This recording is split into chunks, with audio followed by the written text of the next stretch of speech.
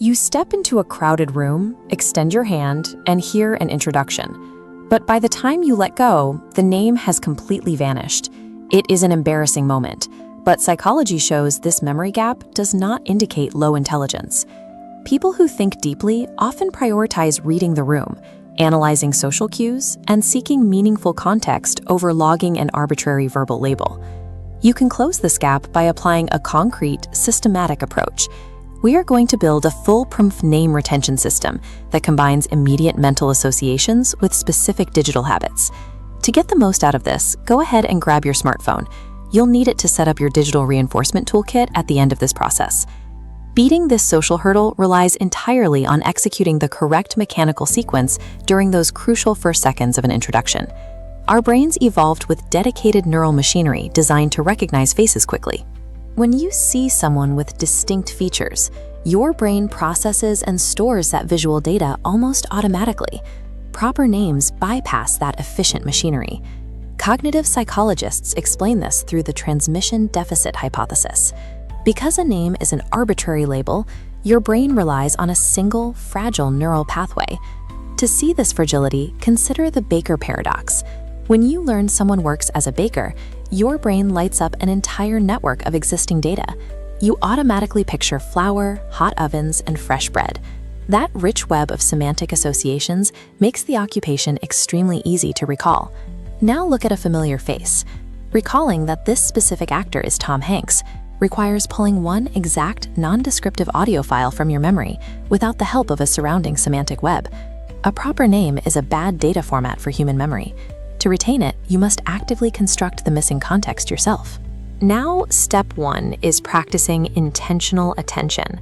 Before you walk into a room or approach a new person, make a conscious mental shift to isolate your focus entirely on capturing their name. Delay all other actions. Do not take off your coat, scan the room, or plan what you will say next while the person is speaking. The moment they introduce themselves, use the immediate echo technique.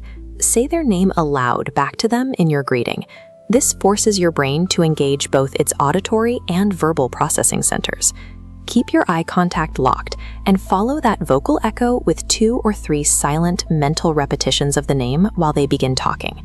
If cognitive overload hits and you miss the audio entirely, deploy your failsafe. Stop and ask them to repeat it immediately, rather than waiting for an awkward realization later.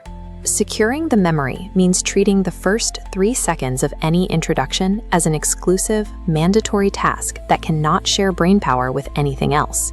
Once you have the name anchored, you have about 1 minute to build a semantic bridge. You need to explicitly link that arbitrary name to something you already know. The most direct method is the personal knowledge strategy. For instance, if you meet a Sarah, map her name to a friend or family member who is also named Sarah. If you don't know anyone with the name, use the famous figure strategy. Overlay the visual context of a well-known icon onto your new acquaintance. If her name is Elizabeth, mentally picture her holding a royal corgi. Alternatively, you can use the distinct context strategy. Build a strong mental image linking their name directly to a prominent physical feature, like curly red hair, or to the profession they just mentioned. These mental bridges trick your brain.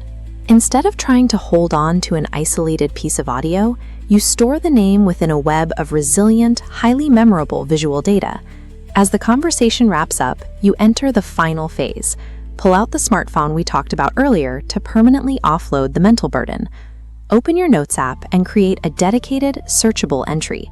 Type in the person's name alongside specific contextual tags, where you met them, who introduced you, and where they work. If you took a group photo or received a business card, use your phone's built-in markup tool. Draw a label directly over the person's face to fuse the text and the visual together. To lock in the retention, apply spaced rehearsal. Take 2 minutes later that evening to scroll back through those notes and pictures to review the new entries. Moving this process to a digital format removes the stress of relying entirely on biology. You turn a fleeting social encounter into a reliable, searchable database. You now have a complete mechanical sequence. Understand the biological glitch, anchor the first 3 seconds, associate a semantic feature, and digitally offload the data. Your challenge is to run this exact checklist at your next networking event or social gathering. And if a name still slips through the cracks, you have a graceful recovery. Admitting that you forgot because you were so deeply absorbed in the conversation provides a socially acceptable, complementary safety net. Mastering this retention system gives you an immediate social advantage. It allows you to move past the anxiety of forgetting and project the confidence and empathy of someone who genuinely wants to connect.